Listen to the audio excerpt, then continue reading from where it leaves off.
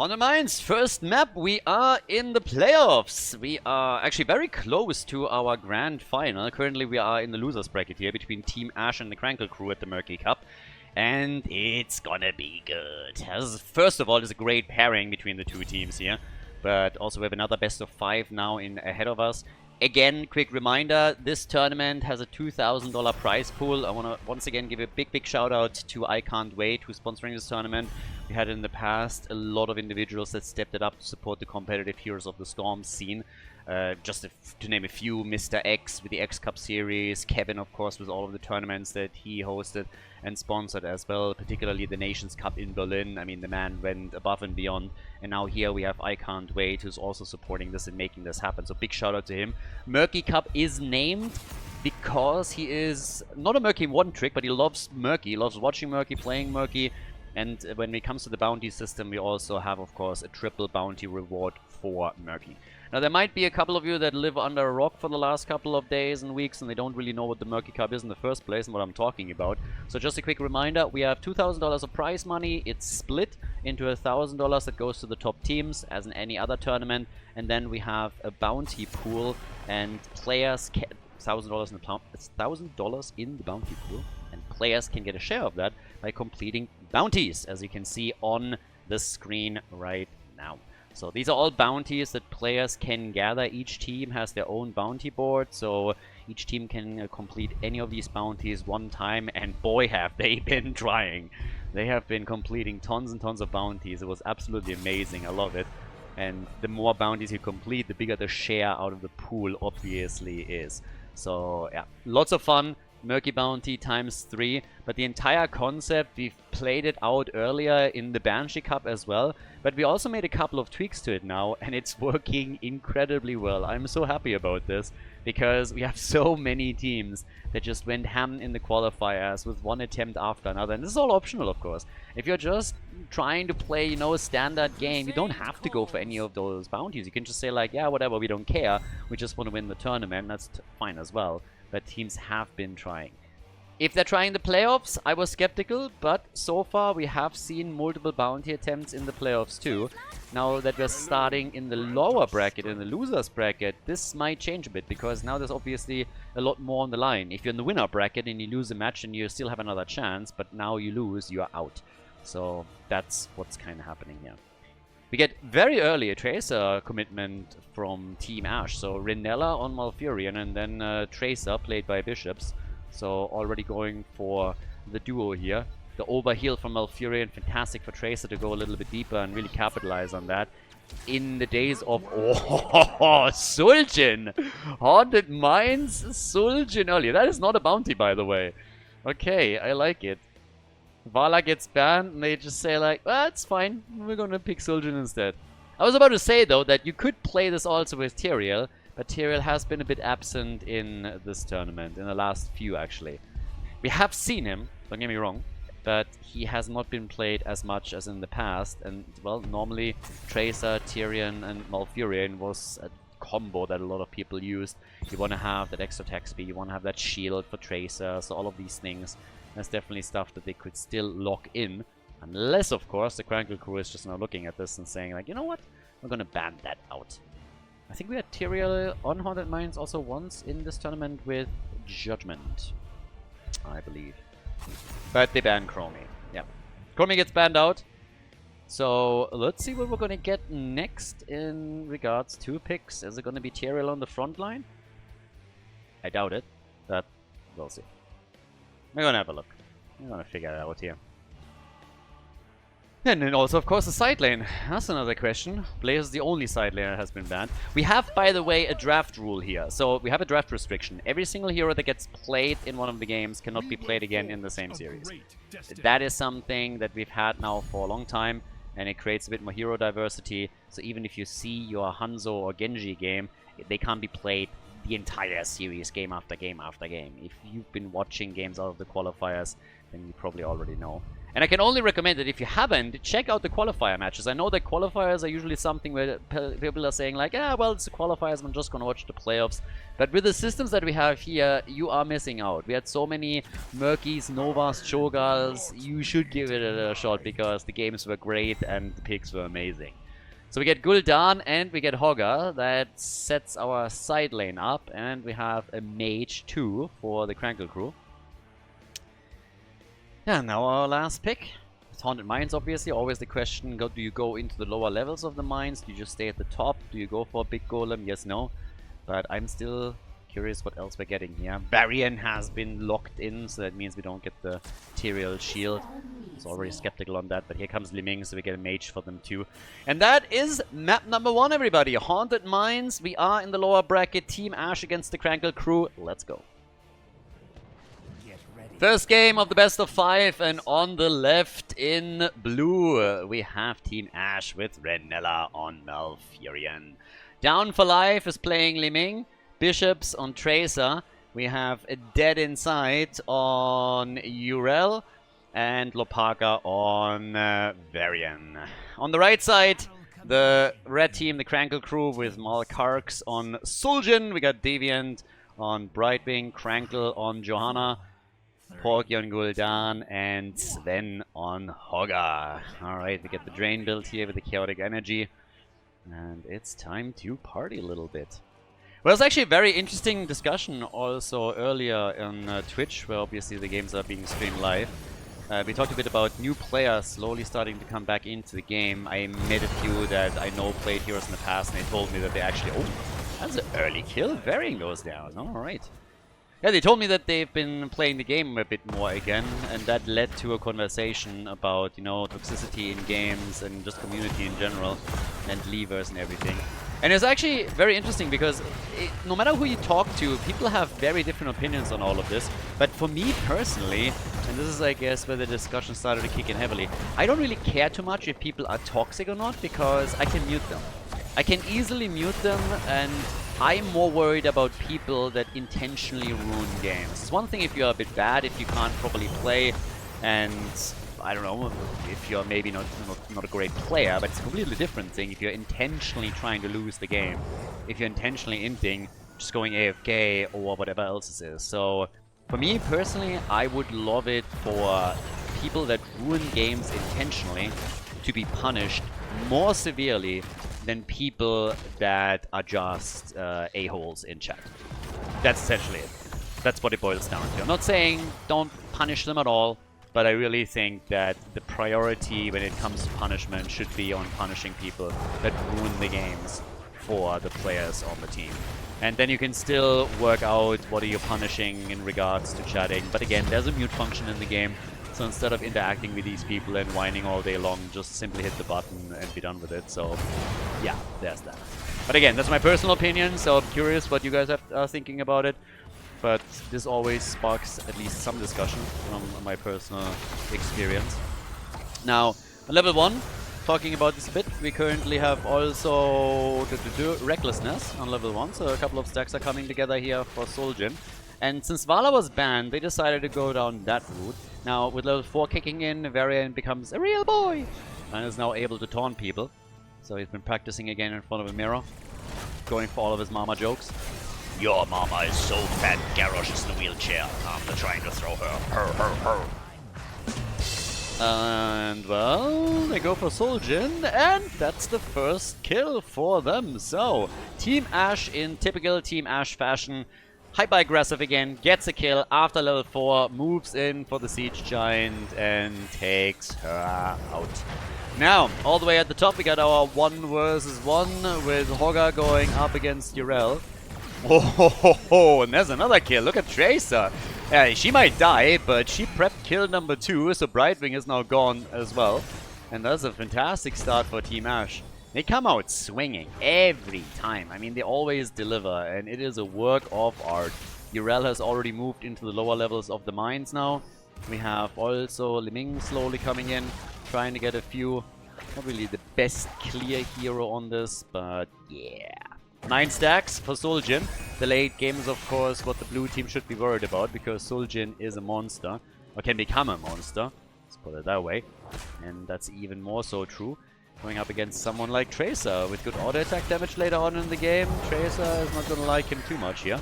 But now trying to get a kill on Varian. Where's that taunt? Well, there it is. But Varian goes down. Varian is eliminated, and it seems like Malfurion gets also taken on. And he's getting dropped. Okay. Yeah, Malfurion was always weak. And when it comes to like the coolness factor, he's losing out on his brother completely. I mean, there's a clear winner there. Yeah, okay. Suljin? Hello? I mean, he's dead. Suljin is just gone. The rest of the team is trying to rush away here. But now level 7 talents are kicking in. That gives us also the Divine Steed. Okay. Yeah, Suljin kind of exploded. Half a second he was gone. They completely didn't see Li Ming here. Was also a bit too close to tower range. Talking about Li Ming, she's gone. And Gul'dan survived. Good for him. 12 stacks now on the baseline.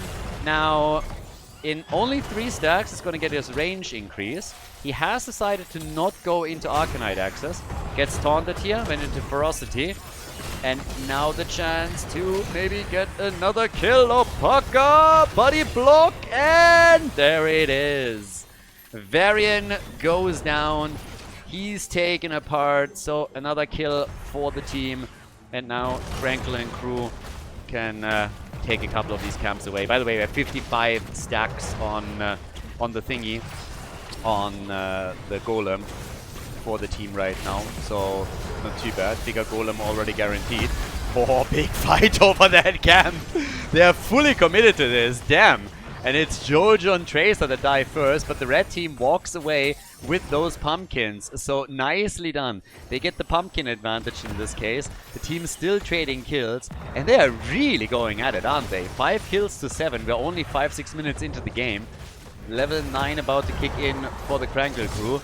This is quite the match that we currently have here.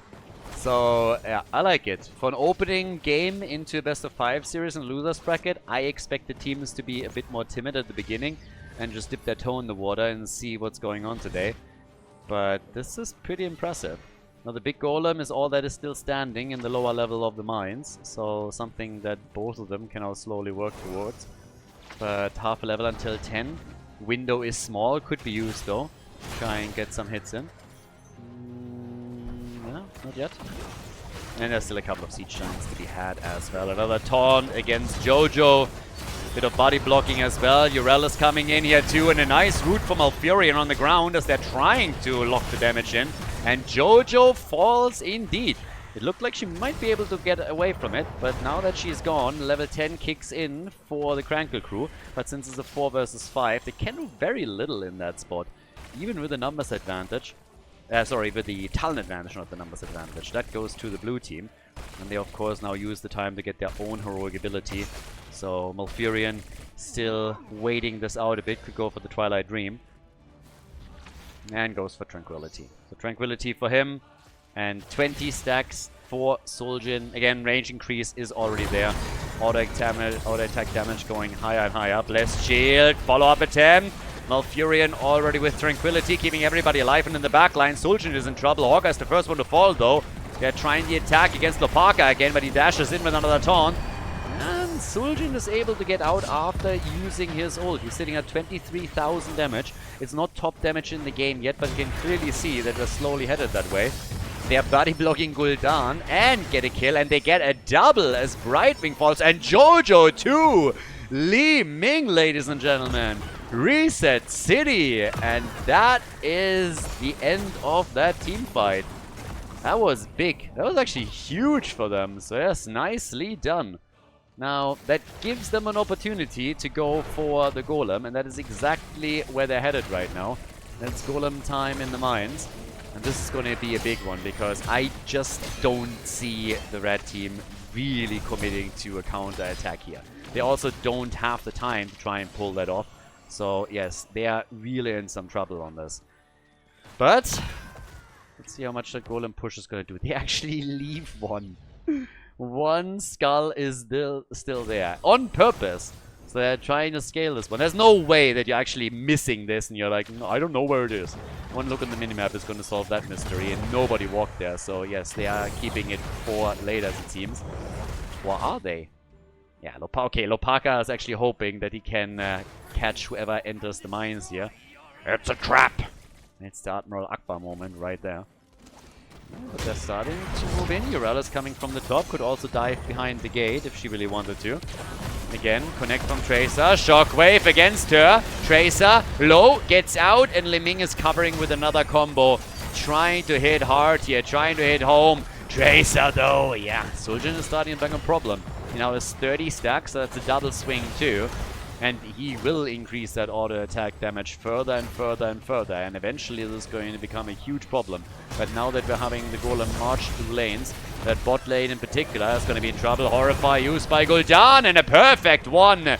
Urel, no chance to use her ult. She goes down. That's a 5 versus 4 in favor of the Krankle crew.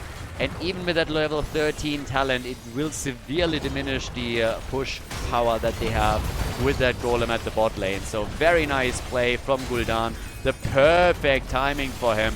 And now they can go and try to defend that bot lane fort.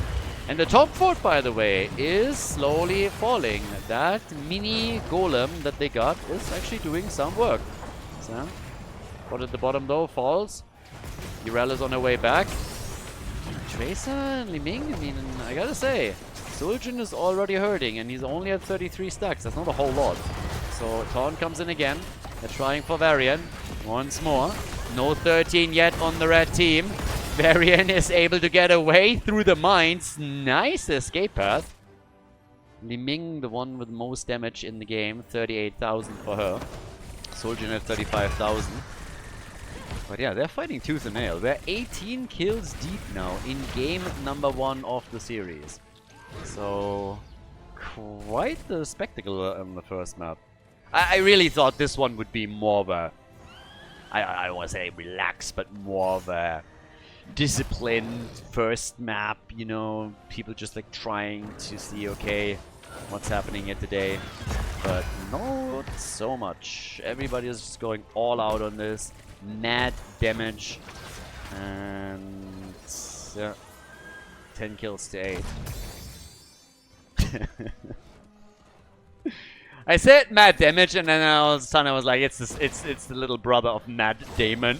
And I was like, that joke is so horrific that I cannot possibly say it. And I was like, alright, just go for it. People are used to it by now. The Germans, they have no humor. They are so horrible. So, somebody has to do it. So, anyways. Fort at the top lane is still standing, but the bottom one has some severe... I mean, that one has severe head pump problems. For sure. So, yeah. That one is pretty bad. But then, anyways. Top side. Okay. Dead inside is now slowly moving in. Has to be a bit careful. Vision has been taken by the red team. If you walk into Jojo at any point here, then she's just going to hit you full all out with that blessed shield. And that at least is going to... get you a dentist appointment. Can't tell me that that's not gonna have an impact. But yep, bottom fort is now gone. Surgeon's stacking progress is severely slowed down, by the way. I mean, he's not really... Oh, maybe now? Finally we're getting a few more team fights, so maybe now an opportunity for him. Oh, but Porky! Gul'dan is instantly gone. Ah, Liming! Yeah, they're trading blows once again. Now Suljin is the target. No ult, gets a heal. Taunted again, but auto attack after auto attack, and eventually... I mean, he's gonna fall, right? No, he's not. Brightwing saves the day. Suljin is still alive. 46 stacks now. Brightwing falls, and Suljin is still there. Okay, that's insane. Brightwing died for a good cause here. There were several moments when I thought, okay, this is just over. He's dead. Urel jumps in, Brightwing, the perfect time, he gets the heal through. Then a final attack towards the end, and essentially exact same situation.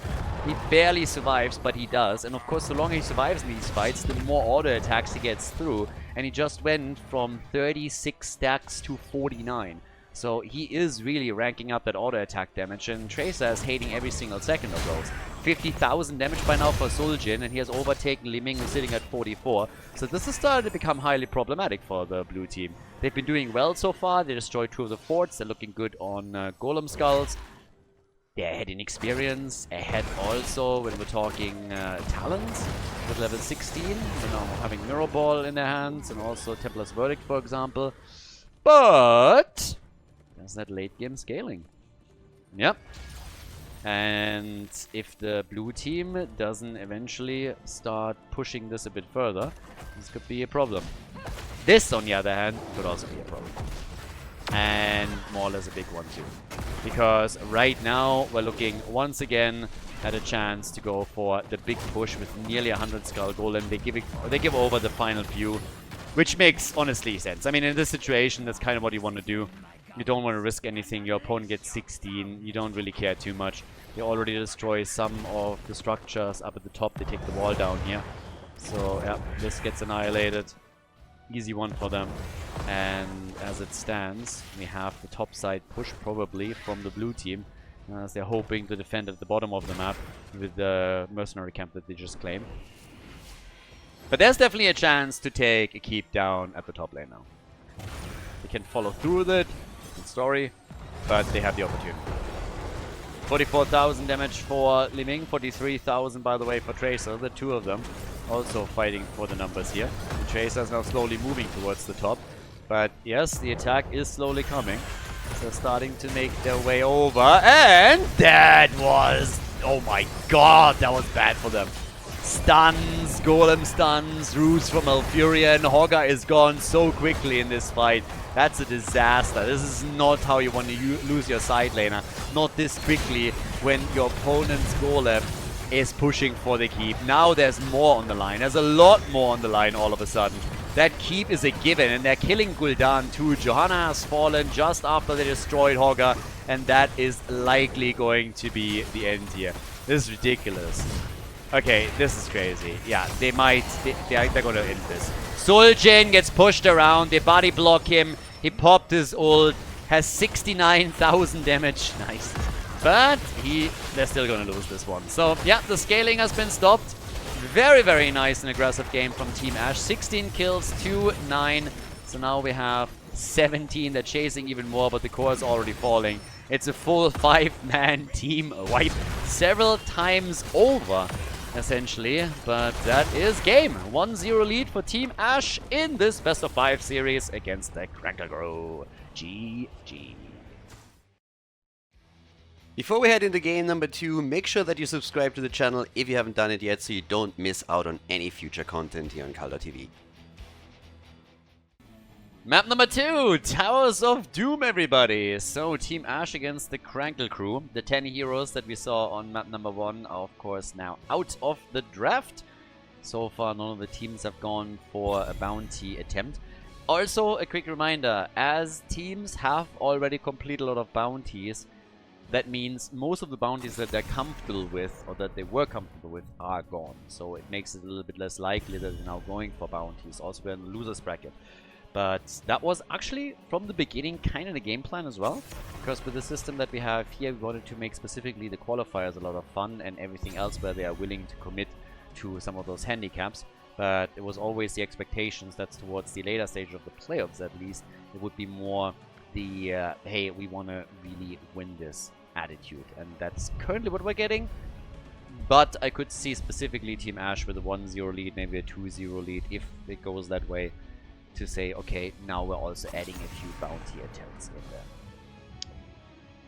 I think the only bounty that hasn't been attempted yet is the Twin Blades variant bounty. Everything else has been attempted at least once, if not completed. So, Falstad and Sylvanas are banned on towers. Okay. And here comes the Lucio ban. Yeah, with Towers of Doom, every single time lately that I see Towers of Doom, I don't know why, but for some reason in my head I immediately want to have a steel chips. I want to get those monster hooks and yeah. make some of the big plays there. We've seen a fair amount of Stitches. I actually like it. Obviously, as a bounty for Stitches, Alexstrasza as a duo with the right talents, but also we've seen some really fun Stitches games. Now we're starting things off with Hansa as a first pick. Keep in mind, Krankle Crew lost the last one, so they had the choice whether they want to have map pick or first pick, first ban. They decided in favor of having first pick. So Hanzo is the weapon. On the left side. Taking their sweet time here, aren't they? Yep. And we get the Haka. Okay, the Haka for the top lane, and we get Rhaegar. Speeds up some of the camp clear, of course, as well. Haka always very, very solid top laner, especially since you're, of course, moving around the altars a lot. So the Haka with the global ability can do a lot here. Since Falstad also got banned, this makes even more sense. I was wondering at some point why exactly they got rid of Falstad here, if they just don't want to run into an opponent that plays too many globals, or if they had another idea, like play Vikings and they didn't want to have Falstad chasing them or having the global mobility to also go after altars. I'm not quite sure what the thought process here was. Maybe the final few picks are going to reveal that. By now we just have the frontline established. It gives us Muradin and also Blaze, which isn't too bad either. So yeah, I like it. I mean, strong frontline, don't get me wrong. First of all, very hit point heavy and beefy. You have multiple stuns that you can chain too. Muradin in particular has the mobility to also jump in just from the side, and then Blaze with jet propulsion can follow. So yeah, very solid frontline for them. If Hanzo follows that up with another arrow, then you have a real strong CC chain. And depending on what kind of support they're adding to the mix here, we can make that even worse. Now, Anduin gets banned, but you have Stukov still available. There's multiple that have also a stun ready. Chromie gets banned again on the 3rd position, by the way. So at some point, if Team Ash decides that they want to have Chromie, they could still decide to try and get Chromie in early. That was one of the earlier picks and not push her up too long. Might happen in game 3 or 4. But yeah, for the blue team, I want to see some damage. Genji, of course, also up. No possibility to go for a light bomb engage, but we get Zagara now and Anubarak. I think they already completed the Nidus Zagara bounty. I'm pretty sure that Team Ash already completed that. I have a list over there, I just don't know if I can find it quickly enough. Krankle Crew already completed the Zagara bounty. Team Ash completed it as well, so yes. So they're not picking Zagara for the bounty. They want to really rock the map with her and get that push power in. But no bounty attempt by them. White main and grey main for the Krankle Crew. So especially on the damage side, very nice. But Bishops hasn't picked yet, and Bishops is usually a bit of an X-Factor pick for his team too. So let's see what he is going to play for the team. Because two of the heroes, or multiple of the heroes, actually they've targeted him essentially with their bans. So what is he gonna deviate into? Maiev is still up, goes for Maiev. We got our triple front line. And with the lead for Team Ash, we're now heading into map number 2. Game number 2, on the left, Renella on Rhaegar for the blue team. We have Zagara played by Team Ash as well. Down for life is the one to lock it in. Lopaka on Anubarak, we get the Haka played by Dead Inside, and then Maiev by Bishops. So the stage is set. We are ready to rock and roll over here.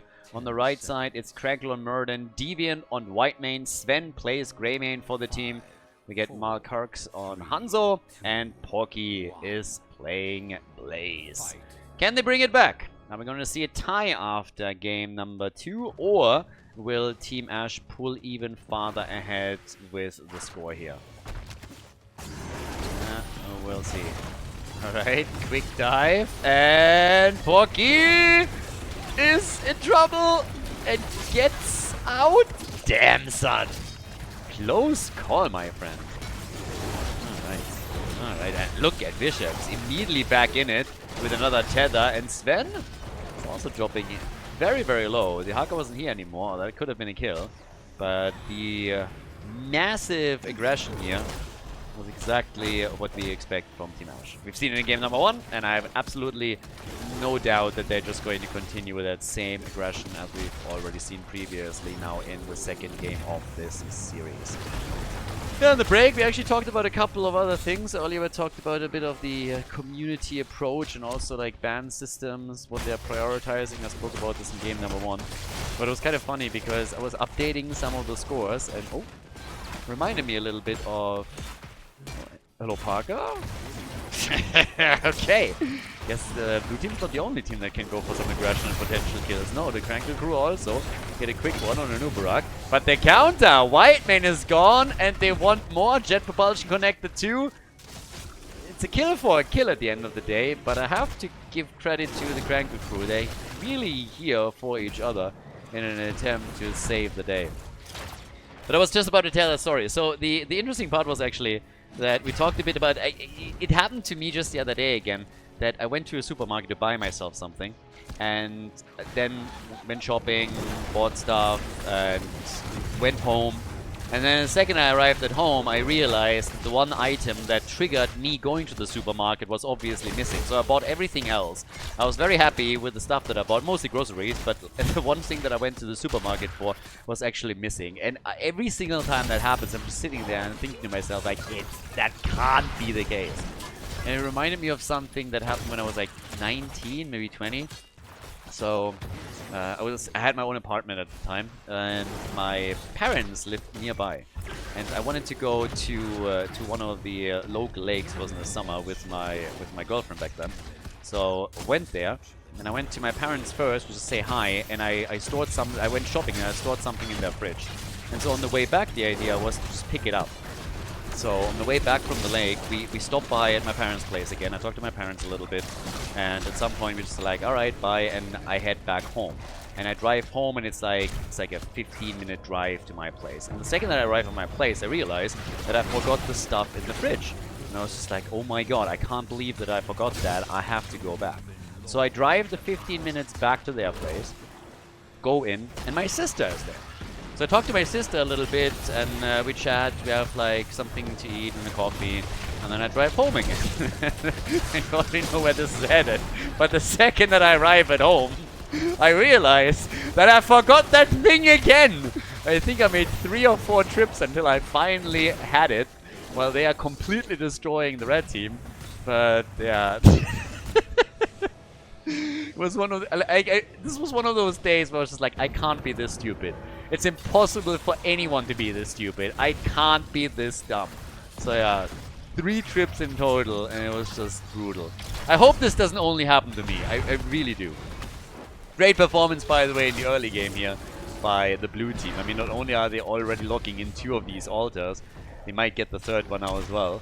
So there's a chance that the Krankle crew is going full NA. Now, they got some NA players, but you never want to go full NA on this one. But yeah, those kills early on, I mean 5 kills to 1 at the 4-minute mark. Whew! That is some spicy stuff. And of course it also results in a bit lead in experience right here. 1 level lead, mega early advantage for them. So yeah, very, very nice.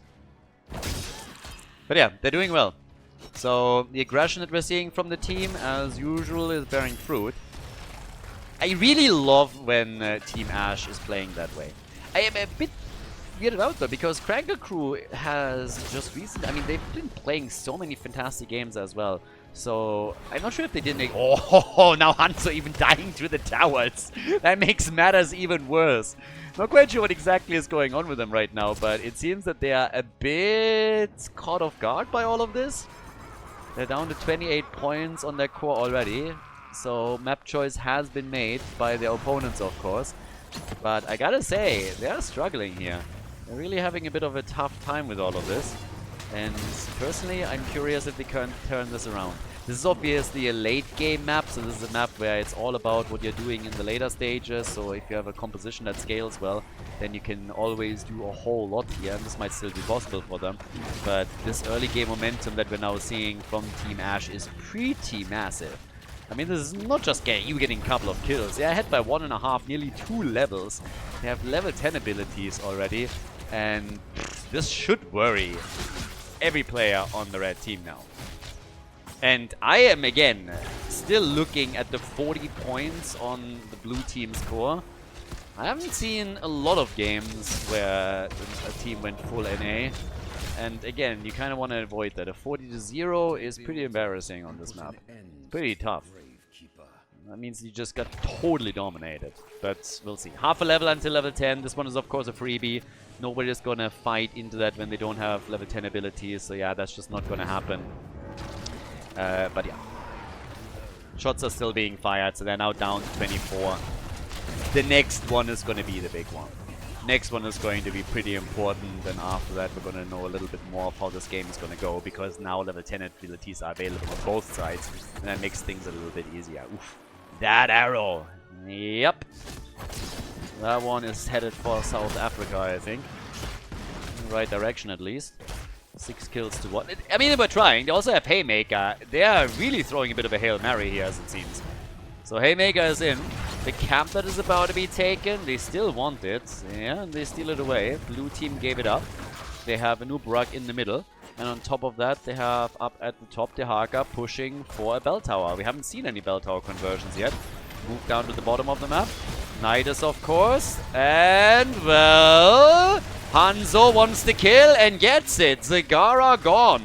Zagara the first one to fall. Anubarak diving, but Whitemane paying attention and saving the day for them. With another stun, they're trying to put Blaze into a pickle. Maiev also chipping in with the tether. The drag from Dehaka misses on the other hand. Renella is a bit low too. Renella is low. Tries to get away. Is able to escape at least initially. Hanzo also. And here comes Dehaka potentially, but... Rhaegar gets murdered. Krankle Krew stepping it up. No Ancestral from Rhaegar. Arrow missing again. Actually connected with Zagara. Yeah, she didn't see that coming. Quite literally. Wasn't meant for her, but yeah. Now that they take the Haka down, they should be able to also get an altar. So yeah, they're not totally getting murdered.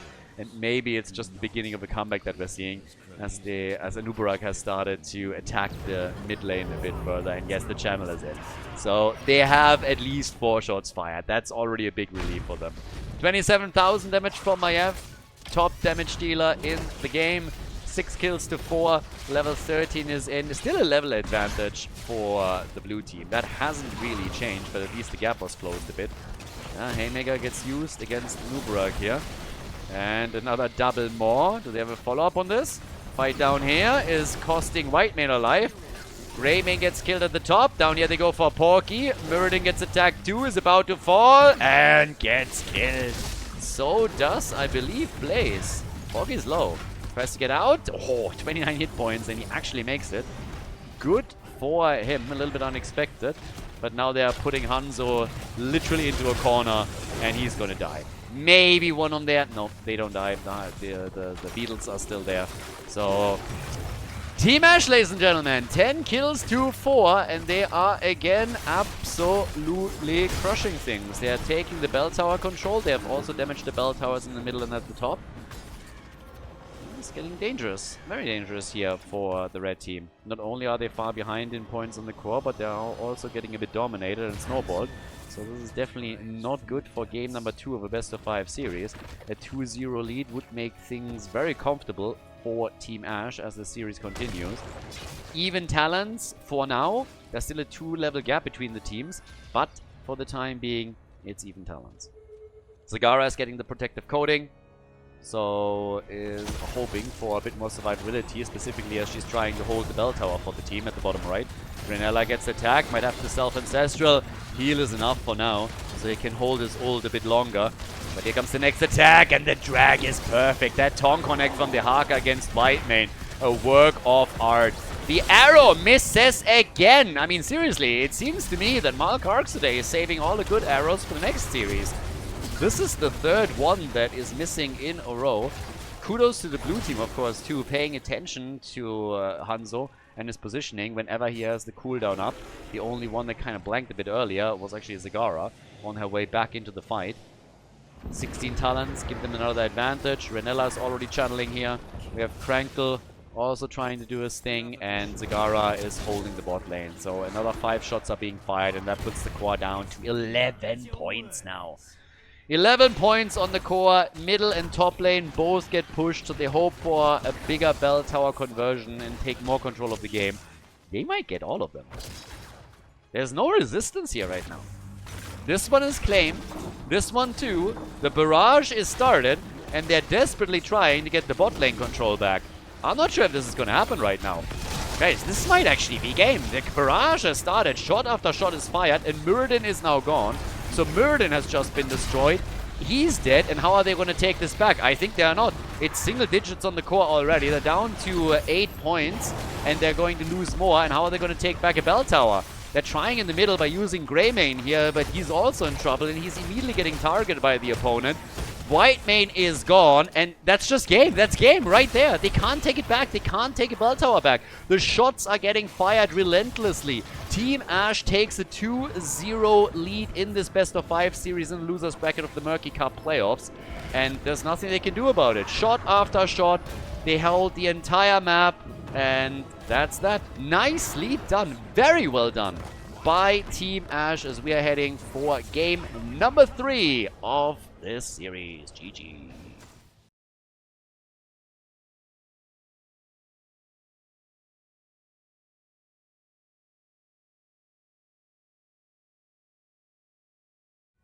Well, we're headed into our first match point as it seems. Team Ash against the Krankle crew. 2-0 lead in the loser's bracket. Now, I discussed bounties earlier, but if you go for a bounty, this is probably the moment to do it if you're Team Ash. Makes it a little bit easier for the Krankle crew to start a comeback if it happens. I mean, again, they are, at the end of the day, handicaps that you go for yourselves. So, there's that. But what is the plan of Team Ash? Now, don't forget, whoever wins here moves on to the next best of 5 that also plays out today. So they should keep that in mind too. Kind of matters a bit how many matches you play every single day. It's one of the advantages when you're in the winner bracket that you have to play less matches if you make it into the grand final that way. If you have to go for a loser bracket run, that can actually take a long time, and it's a huge time commitment for you too. So sometimes you arrive in the grand final and you're already a bit drained, so that's just, again, what happens if you're dropping down into the lower bracket. Last time, they banned out Bishops specifically. They banned Sylvanas, they banned Forstat, and then they also banned Chromie, and he deviated away into Maiev. Now, if they are continuing with the same ban pattern here, I'm talking about Krankle crew here, they could try and apply additional pressure onto Bishops, but there's still a hero that he could play and has played in the past, and that's, for example, that they are just going for, let's say, Cassia. That's one option. Now, not sure what the Krankle crew is going to try and do here, but I suppose we're going to find out now. Garrosh and Leoric have both been banned. Leo, of course, with that AoE that he brings in. We are now going into game number 3, which means that 20 heroes are unavailable. So, yeah, there's that. But here we go. That leaves us with... I mean, they don't know either. Look at this. They're actually running the clock down. And they ban Falstad again. So, yes, they are, again, targeting Bishops with the bans. What's going to be the third ban? And also, if you want Chromie right now in your Team Ash, you know that you have to pick her early. They go for Lucio as their first pick. But before, I mean, there's always obviously a chance that the Krankle crew themselves is going to pick Chromie, but if the blue team wants her and she doesn't get picked now, then they have to pick her in the 2-3, or she's likely going to be banned out again. And for the Krankle crew, I mean, they're also sitting here thinking like, how do you do this now?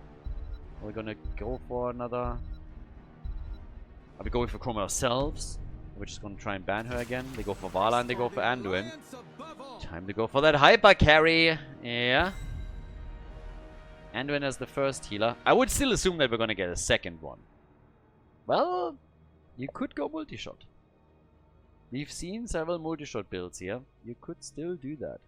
So, on Infernal Shrines, multi-shot build makes sense. Can be strong.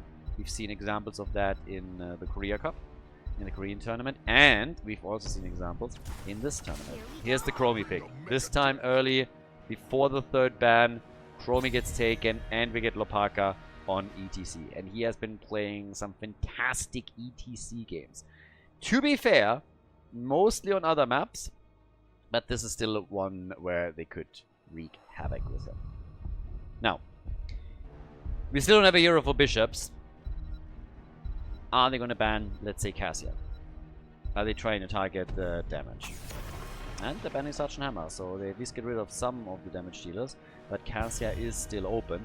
And one thing that we also still have to answer is whether or not Vala is going to be played as a hyper carry with an auto attack style, or with the second damage dealer next to her and potentially moving into multi-shot. Ergo, second healer, yes, no. Uther as a main tank second heal, or what's the plan? Diablo gets banned together with Anduin, also super nice. It's another one that can be really strong here.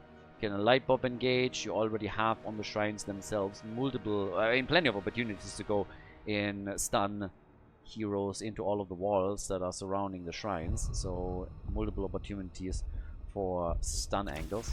And well, we get Medivh. Okay, I guess that answers our Vala question. And we get Stitches.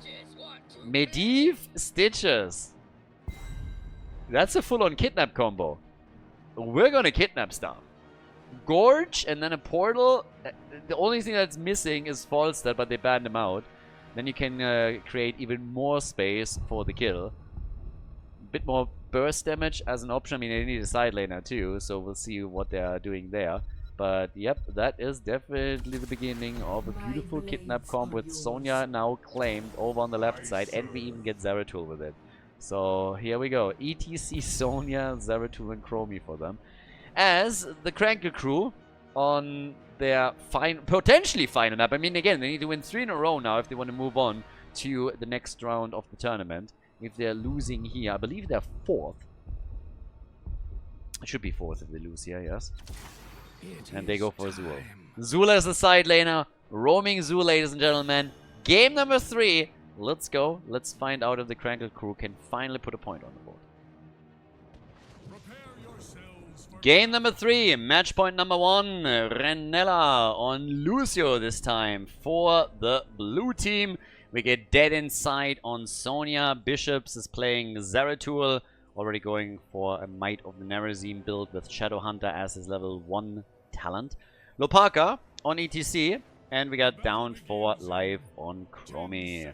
Over on the right side, Malkarx on Vala. Again, they have to win this one. They need to start a comeback here, or they come in 4th place in the tournament. Deviant on Anduin. We got Porky on Zul. Medivh played by Sven. And look at that. Hungry for more for Krankle on Stitches. So again, we're expecting currently a kidnap comp. Gorge with portals. And if he gets the additional movement speed, that might make things a bit easier for him. We don't have Alexstrasza here, so there's no bounty attempt or anything on those lines that they could try and use.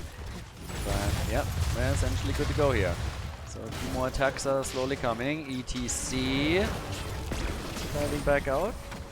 They play for Lopaka, but the ETC plays have actually been very successful for the blue team. ETC is always a bit of a mixed bag because he's not really a tank that has a huge hit point pool and can sustain you through a big fight. So he's been falling off significantly. But he is actually doing fairly well in the hands of Lopaka and in the hands of Team Ash. They've played multiple games with him and been doing really well here. But yes, he can be very hit or miss, of course. Now, Chromie has gone into the Sandblast build with once again the first time, and then the Android Anomaly as the follow-up. And talking about Chromie, with that little hook that we just saw, she was in trouble. Still able to get away. Krankle is not going to be able to do a lot here, but they can steal the camp. At least they're going to try and do exactly that. So, yeah, already starting to make the move here. And ETC is about to die. The hook on point. But they're also losing Medivh here. So that's a kill for a kill. And a pretty good one at that. Taking Medivh down. He didn't have too many stacks yet on his baseline, but he had a few. So that hurts.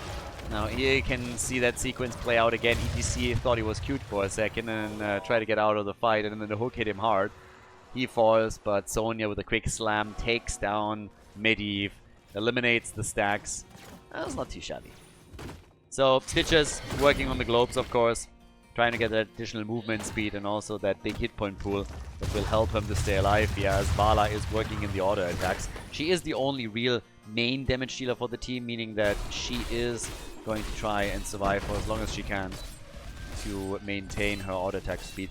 I mean, technically every single Vala is going to try and do that anyways, but of course the idea being, if you are the only range damage dealer, or the main range damage dealer, if you're the hyper carry for the team, it is pretty important that you keep those stacks. If you're just one of two, then you can be a bit more aggressive in order to get these stacks, and if you are just, yeah, if for these stacks for your level 1, and if you then die once or twice, then it's still something that's salvageable.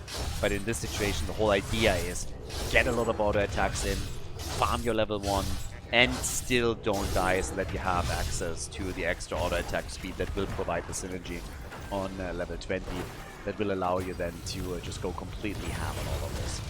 But again, right now we're getting a couple of aggressive plays from Team Ash. I know you're shocked. Team Ash aggressive? No! Say it ain't so. What? Really? Yeah.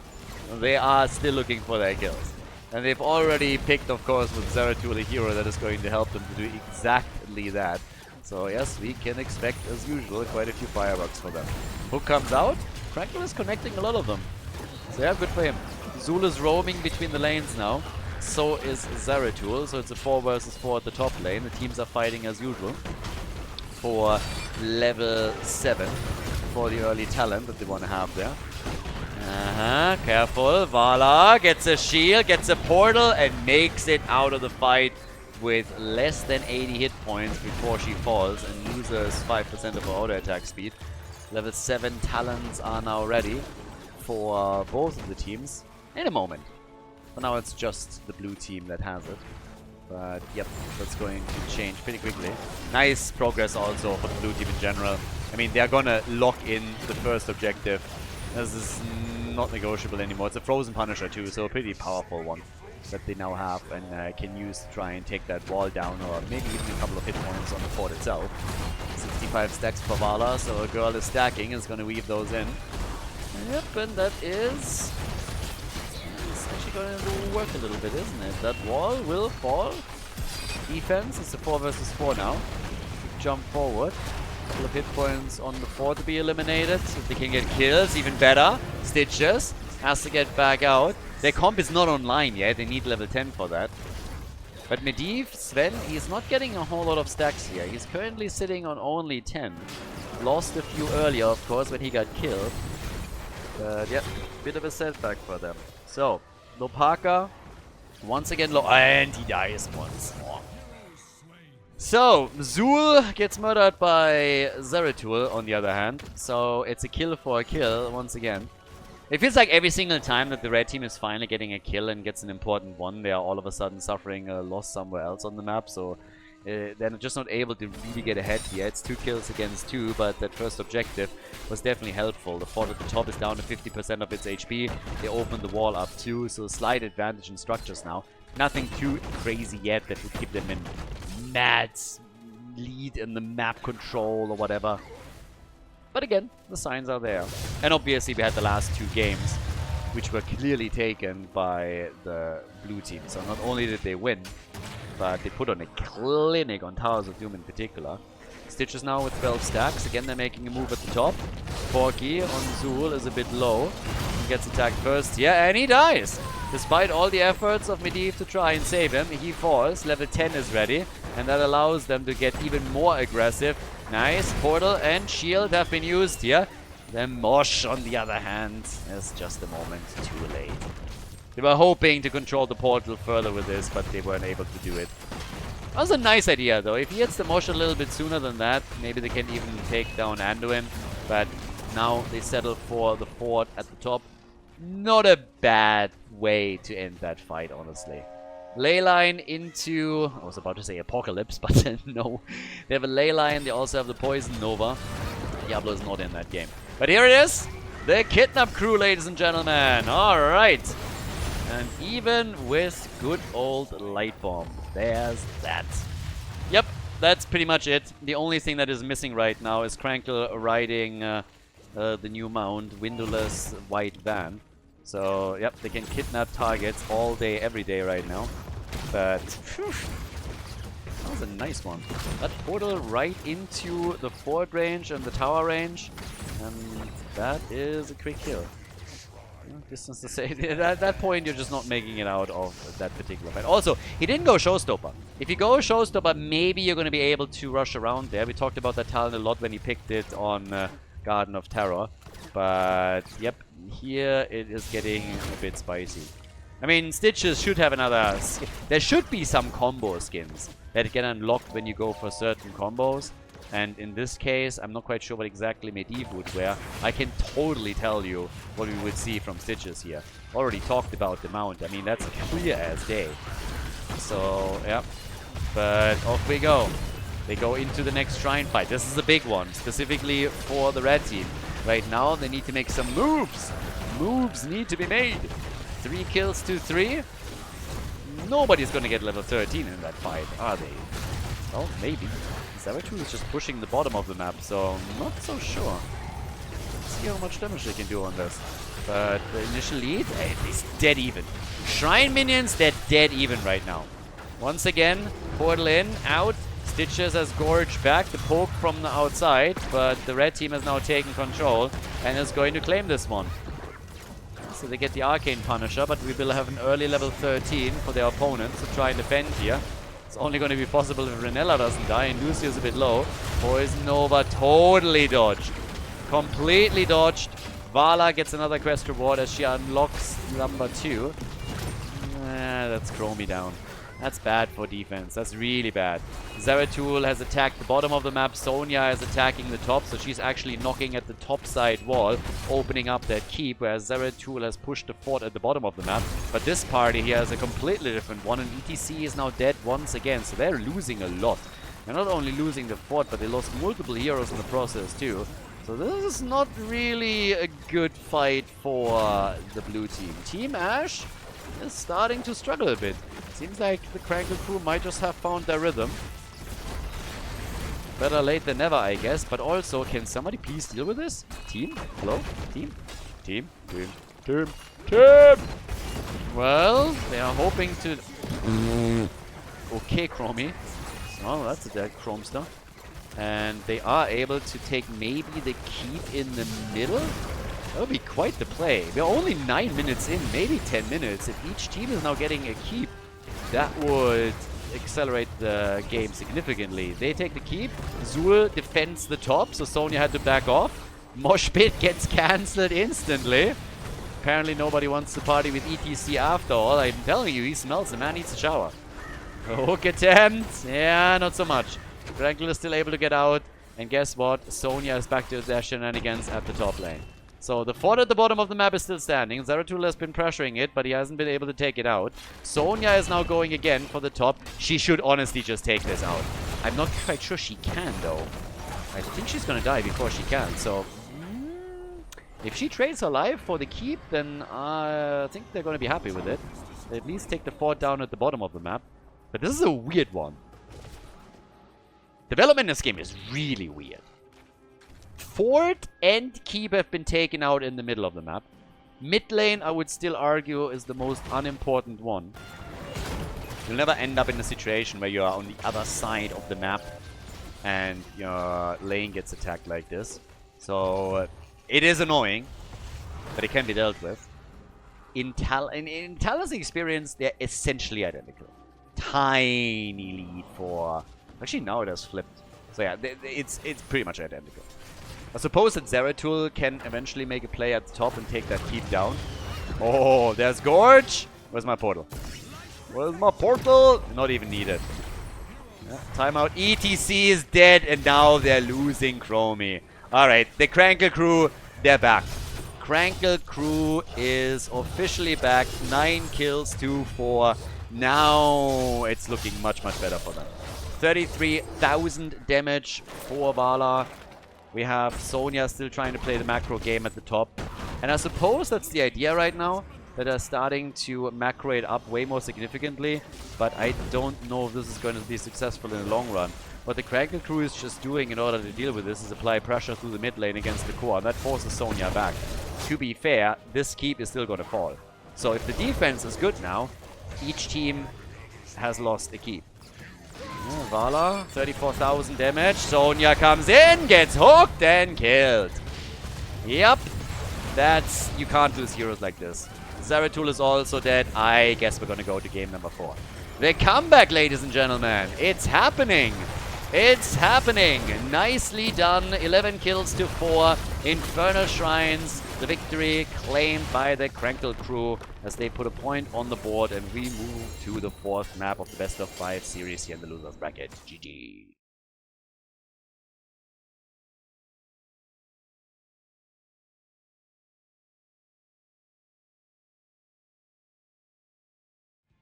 Battlefield of Eternity! So, seems like the Krankle crew woke up. Nice. Point on the board. Reverse sweep has started. Or has it? Now 30 heroes have been played.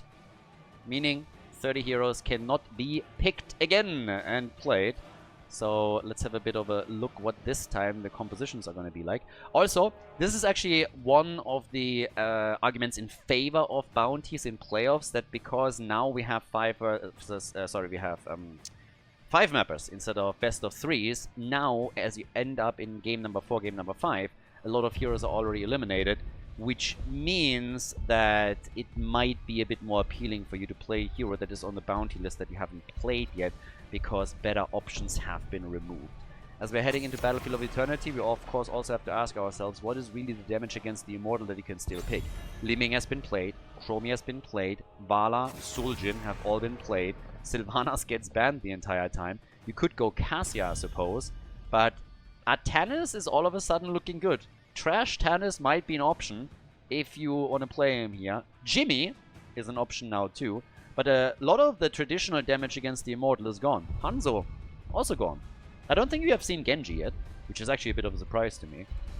So if you're just looking for teamfight potential, he could be picked. But your typical damage dealers against the Immortal are gone. Hammer composition is still possible.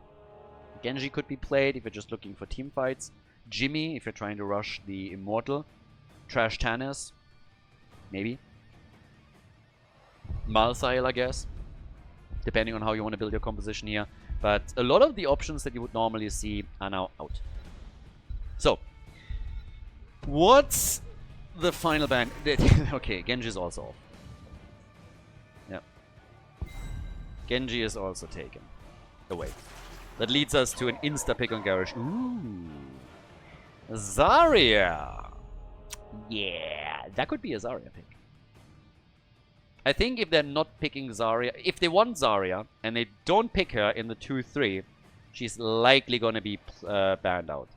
I would assume that the red team then just says, you know what, we don't really want to do with this, so we just ban her out.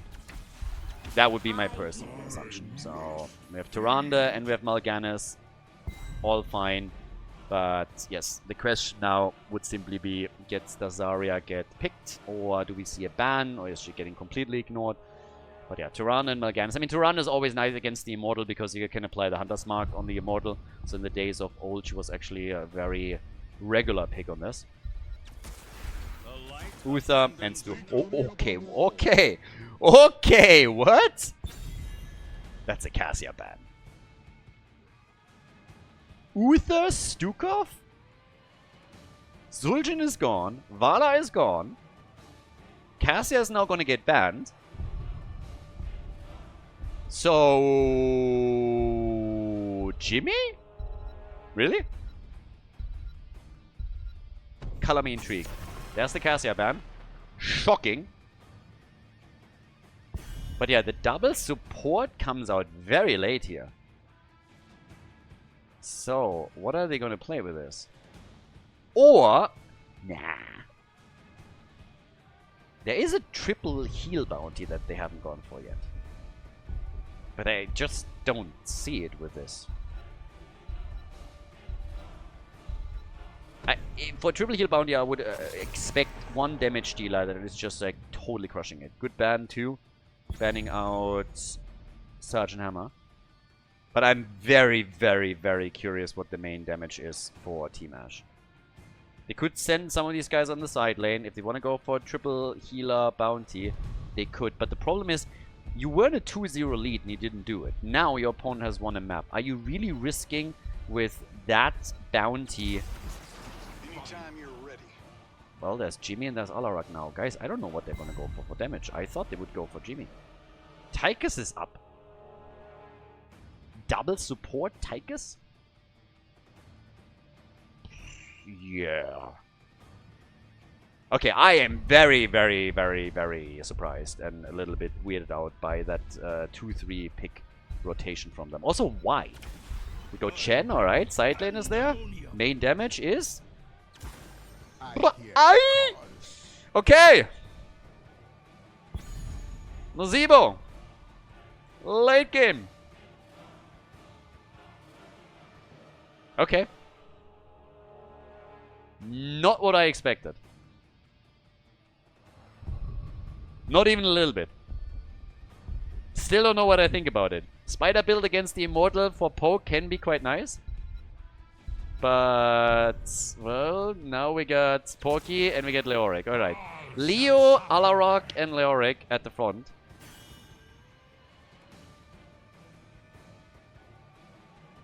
Wait, what did I just say? I said Leoric twice, right? Like Mal'Ganis, Alarak, and Leoric.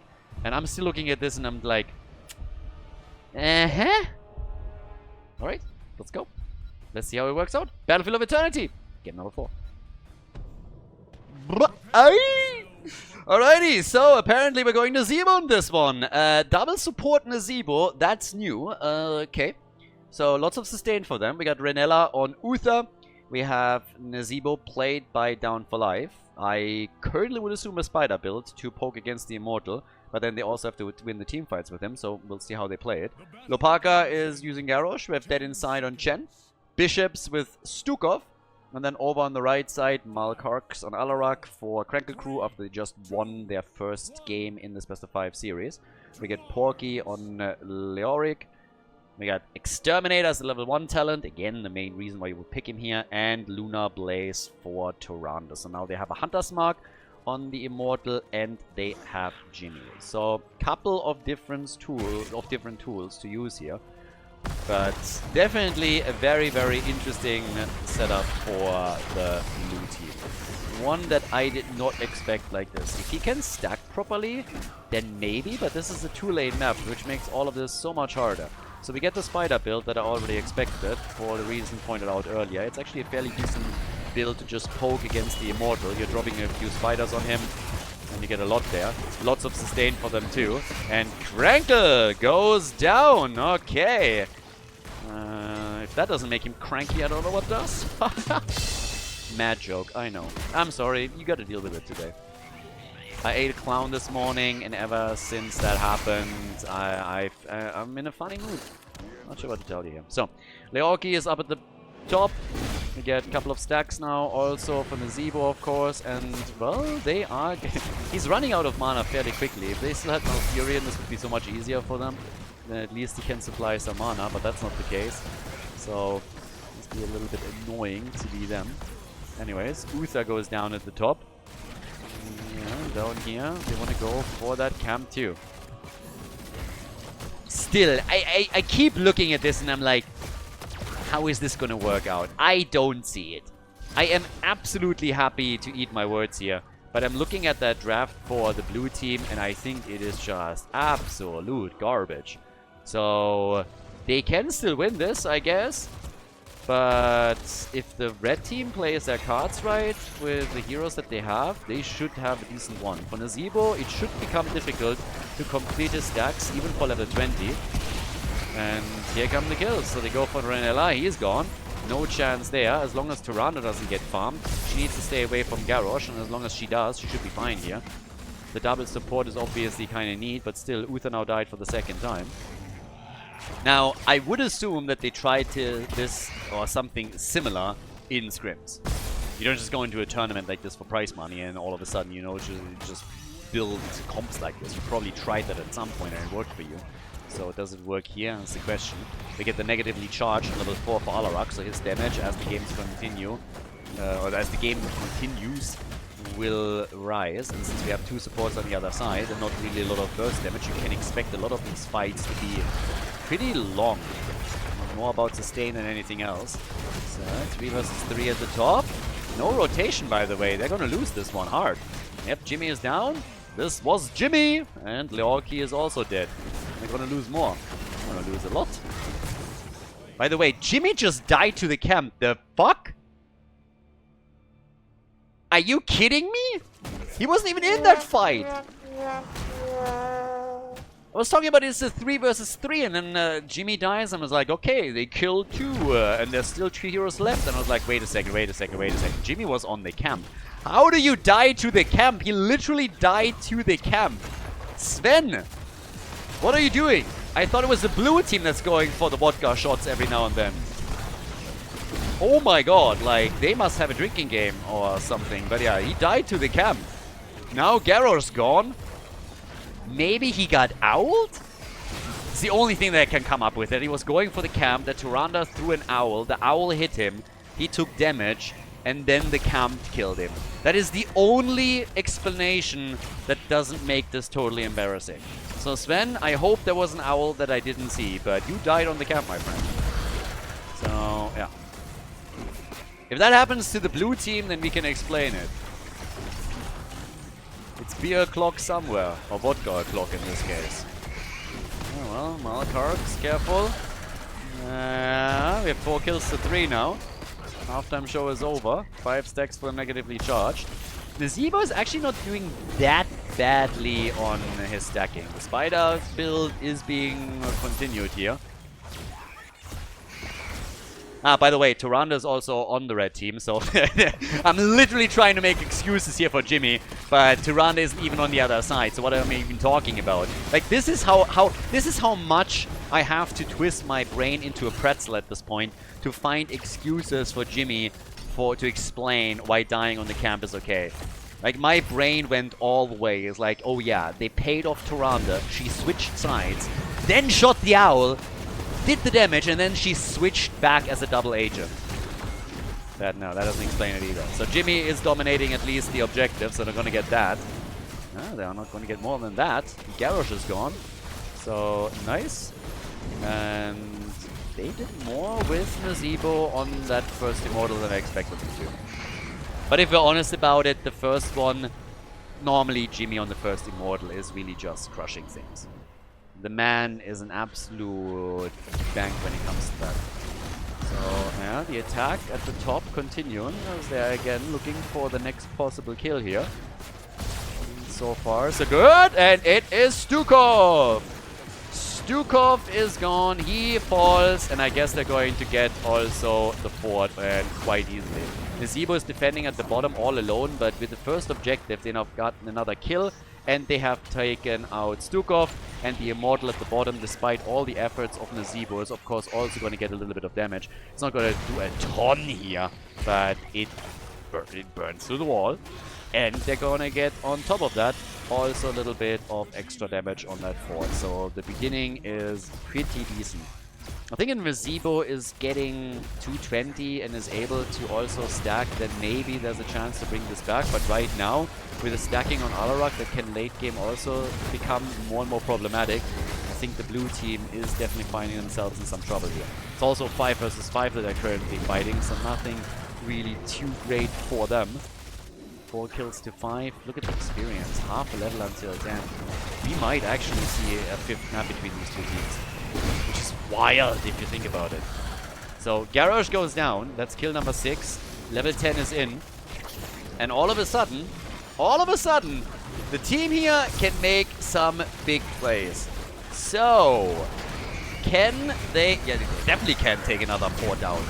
Should also be able to get another kill. They're losing Leorki, that's fine. Trading him is okay, for Stukov in particular. So, Team Ash, I'm still waiting for the magic. I said it already in the draft, that this draft is a little bit out there, and then later on we talked about how I don't believe they have a shot, but I'm waiting for the magic. Where's the thing that I'm not seeing? Now level 10 kicks in. This needs to be the moment where all of a sudden the tide turns. Until now it was at least heroic on the other side. Nazib gets attacked, and he goes down. Tried to go for the Ravenous Spirit play, couldn't make it. Now they go for Chen. Uther is there too. Chen gets drained and killed. He lost all hope, and that is... I mean, I'm tempted to say game. We're not there yet, but it's definitely a disaster. 18 stacks for the level 4.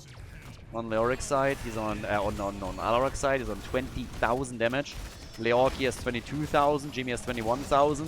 Nazib has a little bit more, but that doesn't really help them. Does definitely not help them. So, yeah. Things are pretty bad for the blue team. I mean, really bad. Situation for them absolutely sucks right now. So, can they bring that back? I mean, if they can win the halftime show here, that would help a little bit. Or after the halftime show, sorry, the entire Immortal. That's what we're fighting for now. 10 kills to 5. 73 sacks for Nazeebo. Again. His entire level advantage now. And that's the end of Mal'Ganis. Okay, that's a good start. Maybe no. 5 versus 4. Use the numbers advantage. Try and get there. That's the play. See what they can do with it. Okay. Quest completed on level 1 for Alarok.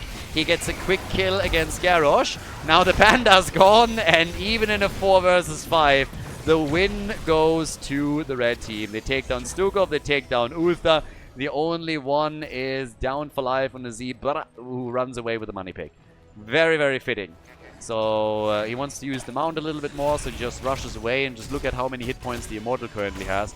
That thing is a total badass now. Massive shield on the Immortal. 14 to 6 kills. And this is going to hurt so much. Both of the forts are gone. We are not even 10 minutes into the game. And there's a very good chance that the first keep is now going to get destroyed. Guys, game number 5 is looking more and more likely here. We might really go the distance on this series. It looked like a total slapdown by Team Ash. But now, things have changed. So, another Entomb. They're going for Garrosh again. Trying to take him apart, and they do it. They kill him again. Talent advantage for them. 5 deaths on Garrosh. This is getting ridiculous. It's really getting ridiculous. Stukov is gone. They might even lose the game here. I've been talking about them losing a key, but just look how this plays out at the bot lane currently. That's a 3-level gap between the two teams. I'm not sure what happened to Team Ash between game number 2 and game number 4, but holy hell, are they getting murdered here. Right now, the Krankle crew goes through Team Ash like hot butter through cheese. Nazeebo is dead. That leaves 2 defenders. Make it 1. Uther is down as well. 19 kills to 6. 19! They're hitting 20 in a moment. 11 minutes in, and this game is about to end. The Krankle crew, ladies and gentlemen. They're turning Heroes of the Storm into Farmville. What's going on here? This is a farming simulator, nothing else. Damn. 21 kills to 6. Level 16 to 12, 4-level lead, and we go to game number 5. GG, and well played.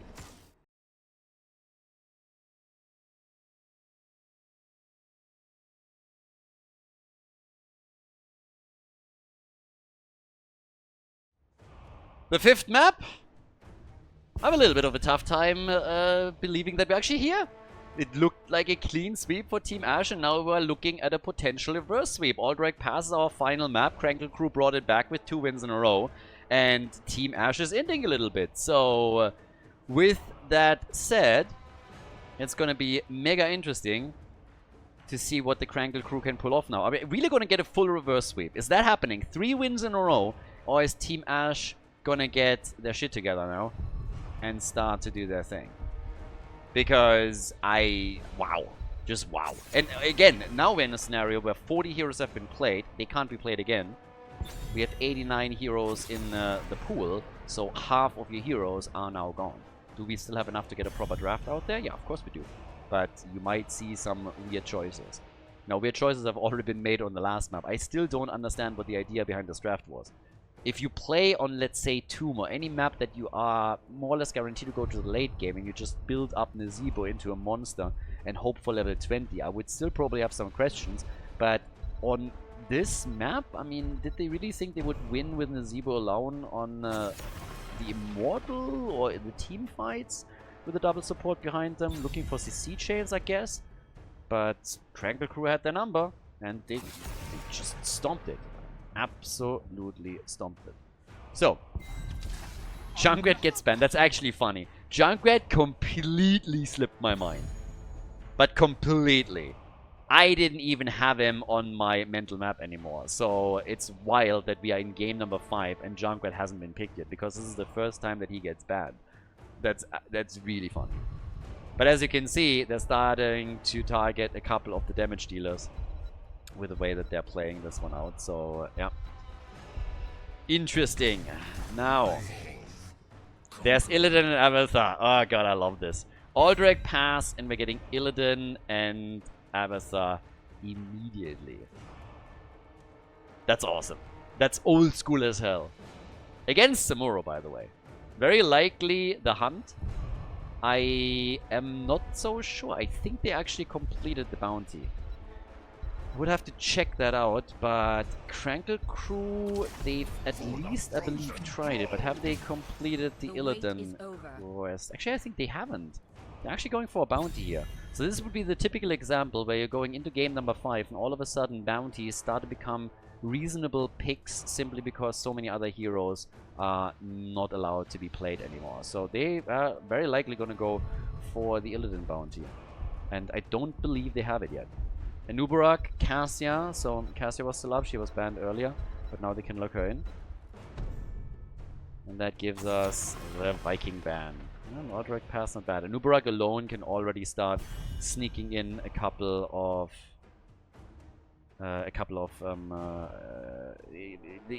points in the prisoner camp, so you can still do that. And I believe this is something that we're actually going to see, that they're going to try and use it for exactly that case. So move in, spawn a couple of beetles, distract the grunts, and then just get the channel going. Still, Tyrael gets banned, okay.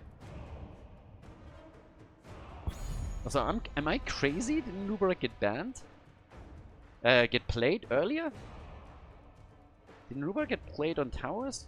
What did they play on towers? So it begins. I'm probably wrong. If they did, they announced it in chat and swapped for something else. So just to say that, but yeah. But I actually think they played him on towers.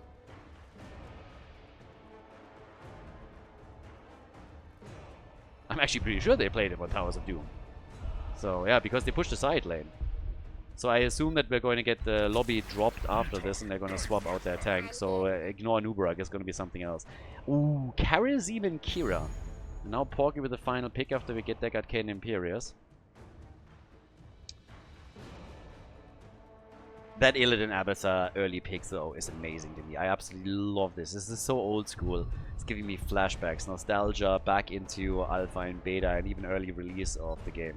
So yeah, that's amazing. Final pick, and then I guess they're going to swap out Anubarak. Ladies and gentlemen, Aldrich pass, game number 5. The final map, ladies and gentlemen. Aldrich pass, and as expected, Anubarak was of course a misclick. They announced it in chat immediately. I said like, oops, sorry, our bad. We clicked on the wrong hero. We wanted Arthur's, so Krankle Krew was fully aware of everything. And then after the draft was over, they simply canceled it quickly, re-picked. And now we have Holopaka on Arthur's as the main tank for the team. Karazim, standard talent again, Iron Fists. Whenever you see Karazim as a support, he's always going to go for the same talent here. This is like insanely standard. I haven't seen anything else on a high level in years. So Renella playing him dead inside on Samuro. We got down for life on Cassian, not Bishops. He's the one that plays Kira.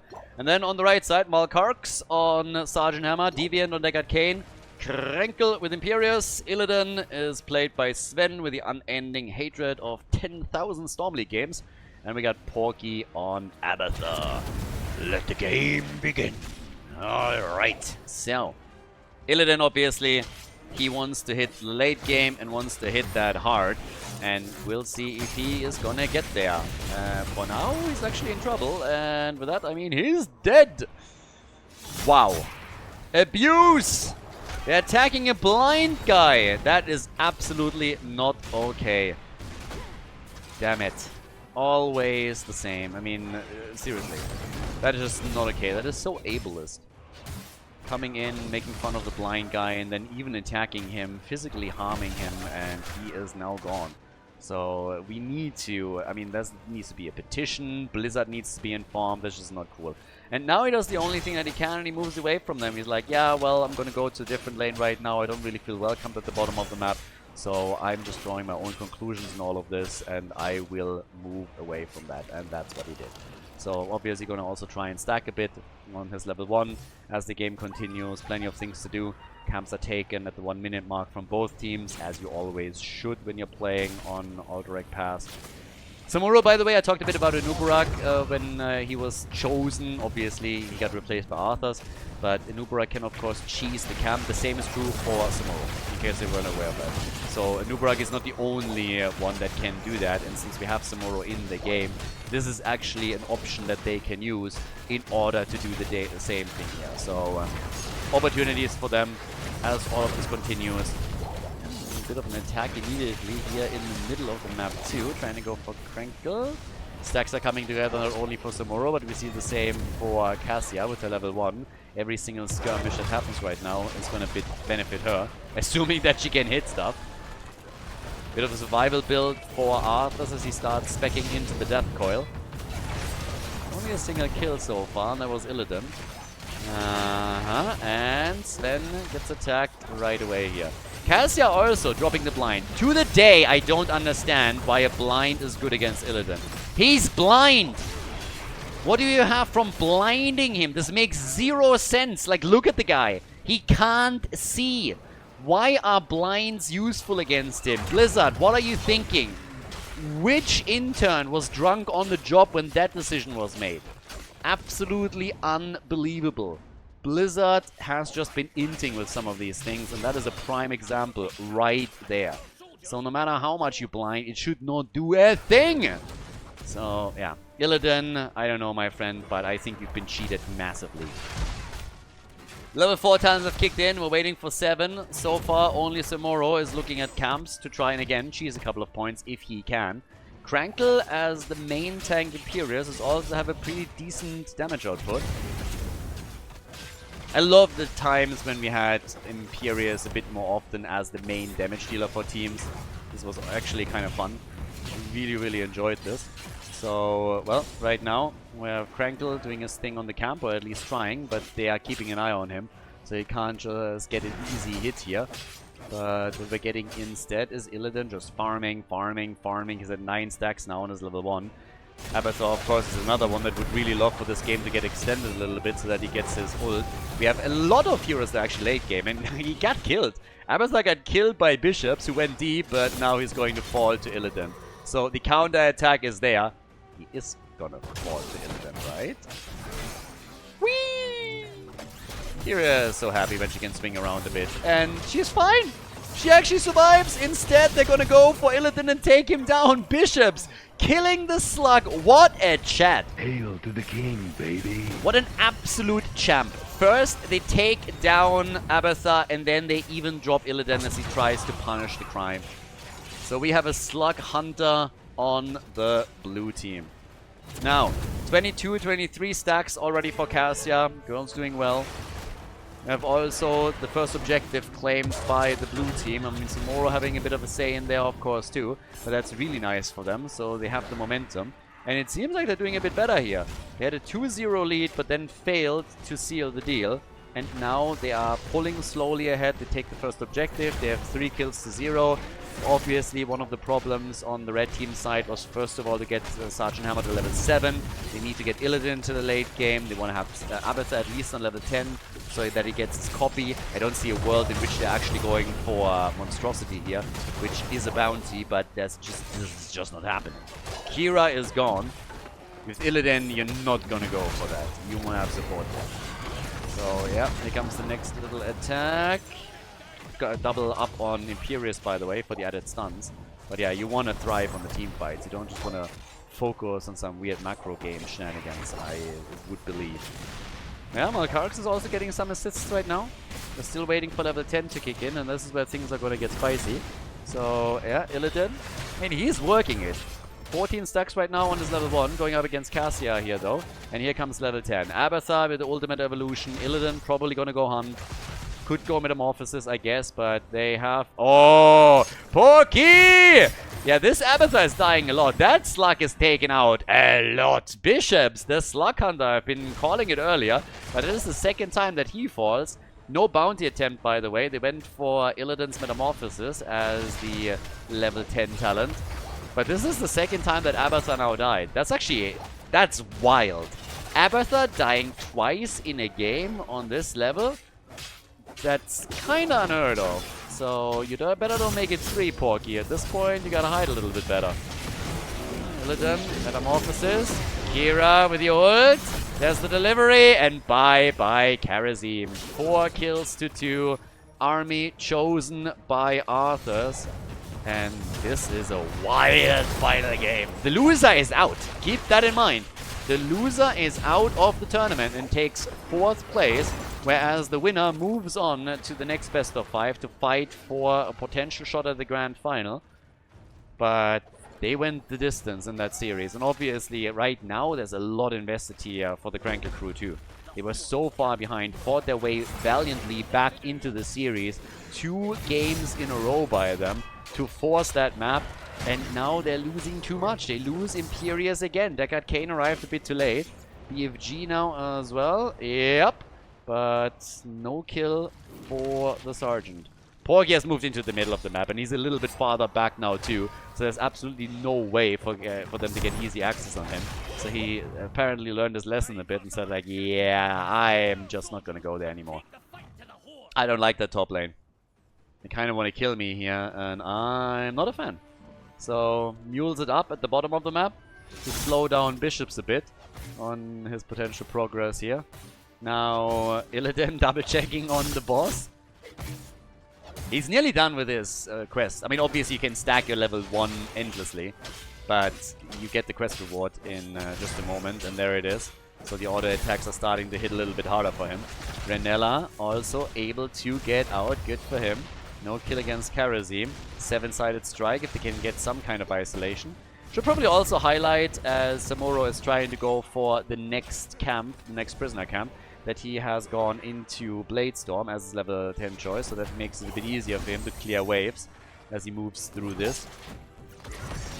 Definitely a clear idea of what they're going to try and do here. That could be a kill, and it should be. Yep, Sergeant Emma is gone, so is Deckard Cain, and Kira is getting real nice damage in now too. So they're getting a double kill. It's a 5 versus 3. The copy is gone, and that's the opportunity to go for the next objective. This would be the second one, the second set of the cavalry that they are going to get here.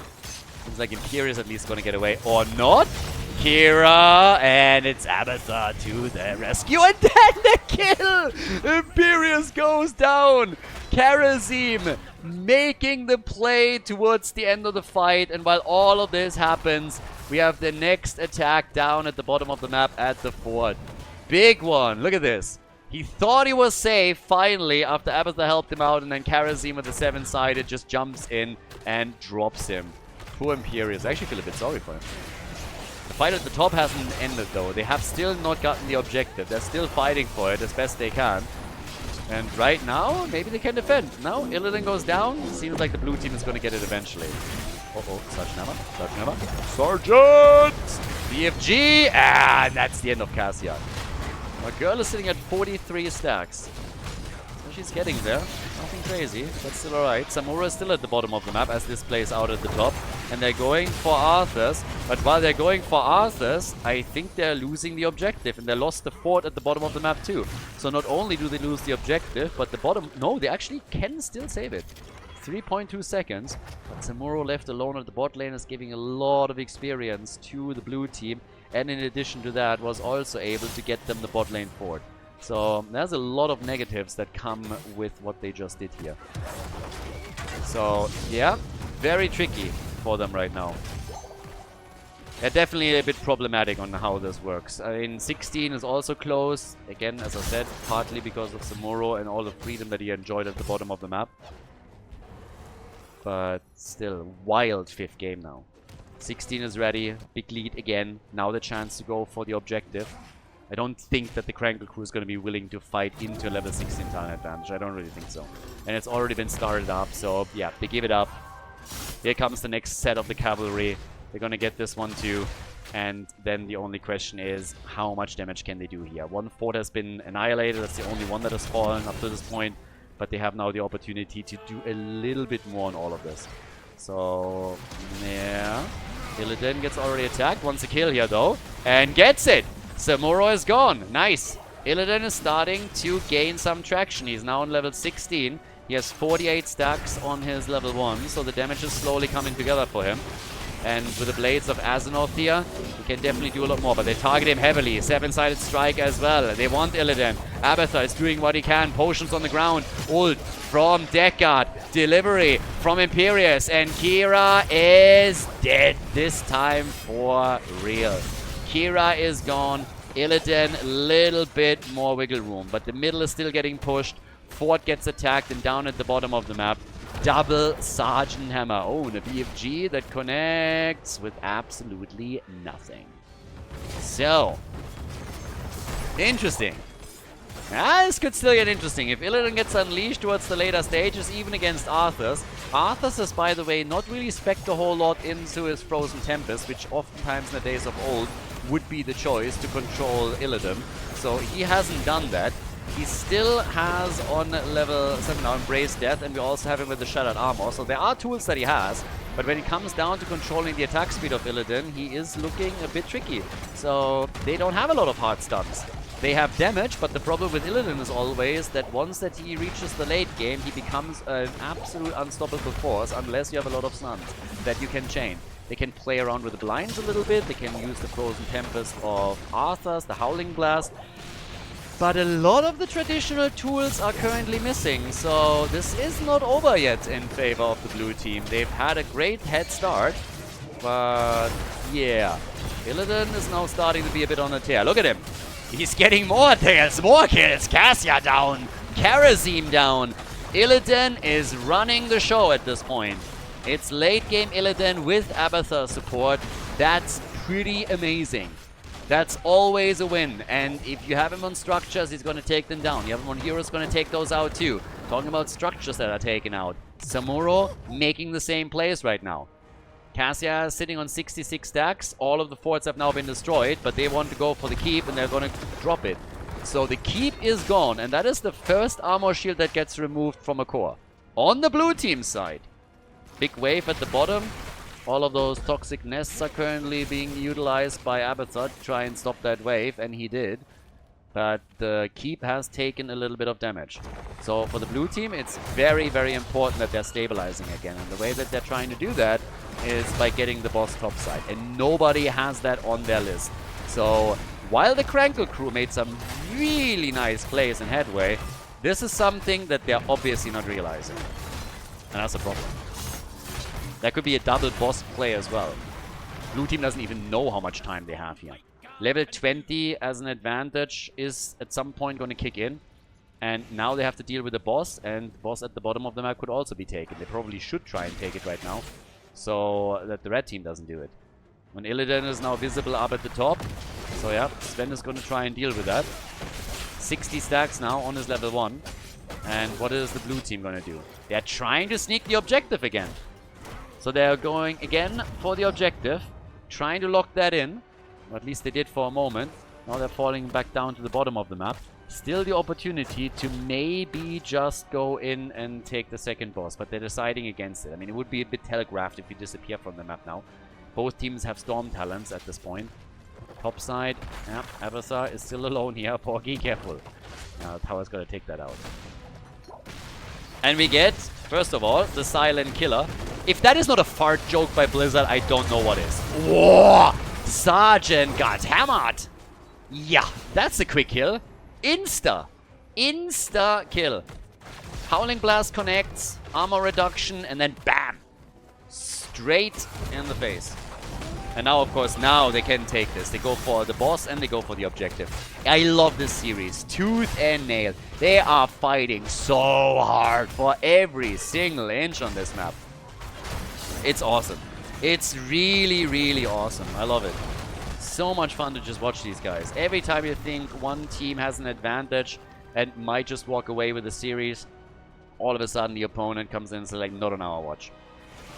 They're already pushing at the bottom of the map. Objective can be taken.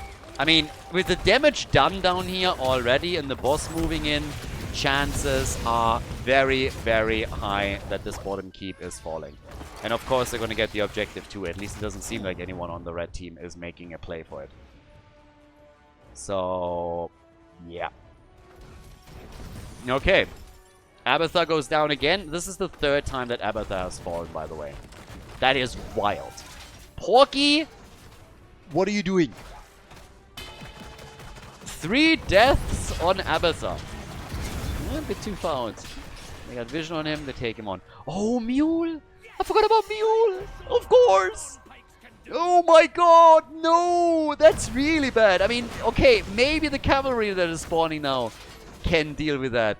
But, yep, they still had Mule, and the bottom keep has not been destroyed. It might still be, thanks to the cavalry, but Abathar can get that Mule out, and just did. So, yeah, good for him. Push down at the bottom of the map. Still trying to play this out here. They're setting traps the entire time. I mean, you've probably seen it on the minimap. Cassia with 69 stacks, by the way. Nice. But, yeah, again, the silent killer. And, oh, that BFG hit. But it didn't do enough damage. They need to heal bishops up, though. There needs to be a few potions, and they need to get them quickly. Bottom keep likely going to fall to cavalry. The only question is, can they get more than that? Krankle Krew is in trouble here, and they know it too. This is a 17-18 minute objective, so this thing is going to hit hard. And, well, there's a chance that they're going to lose more than just one keep at the bottom. If they lose a second, then, of course, the core could get attacked too. But they defended well. They have Sergeant Hammer here. That obviously is a huge advantage in a situation like this. And as it stands now, still a bit of poking and prodding happening from the blue team because they want to try and take these keeps out while they can. They know that it's good against them. Illidan, distance to safety. Really important here right now. He has a long way to chase, but that gives time for Samuro at the top. Arthur's is gone, but Samuro is likely going to get another keep here. Could go for Mule, doesn't. Dead Inside just feels, I got this, and he will take it out. This is another keep that has just fallen. And if Illidan and the rest of the red team is not at some point starting to defend, he will go for the core. Samuro can totally go for the core here. 7-sided has been used, but Karazim, yeah, you done goofed, my friend. You can't lose too many heroes here. You still have to save a few. Samuro, what is he going to do? Is he going to try and apply pressure on the core? Not right now. He's actually moving back. I guess he's pushing for the middle now? Oh, this is so insane. This is getting intense as hell here. Samuro again, this time now in the middle, trying to take it out here. But oh my god, they're actually trying to go for the core with this. 1 armor shield is all that has been removed. The Krankle Krew, they feel the pressure and they're retreating. Samuro is forced back. Samuro is forced back to defend, but they have the tools. They have the tools. They kill. Oh my god, they could make it. They kill Kira. This is the moment. Team Ash might drop out of the tournament. Illidan is still alive. Can they kill him? They need to take someone down. Dead Inside is already on the run. The rest of the team is trying to bring Karazim back. They have no heals here. The core is falling. Sergeant Hammer with so much damage. Another blind is already coming out, but Sven is already on the boss, is taking it apart. The core is falling. Cassia is gone. This is game. This is game. Team Ash loses the game. A full reverse sweep by the Krankle Krew. Insanity! And they move on to the next round of the tournament. GG!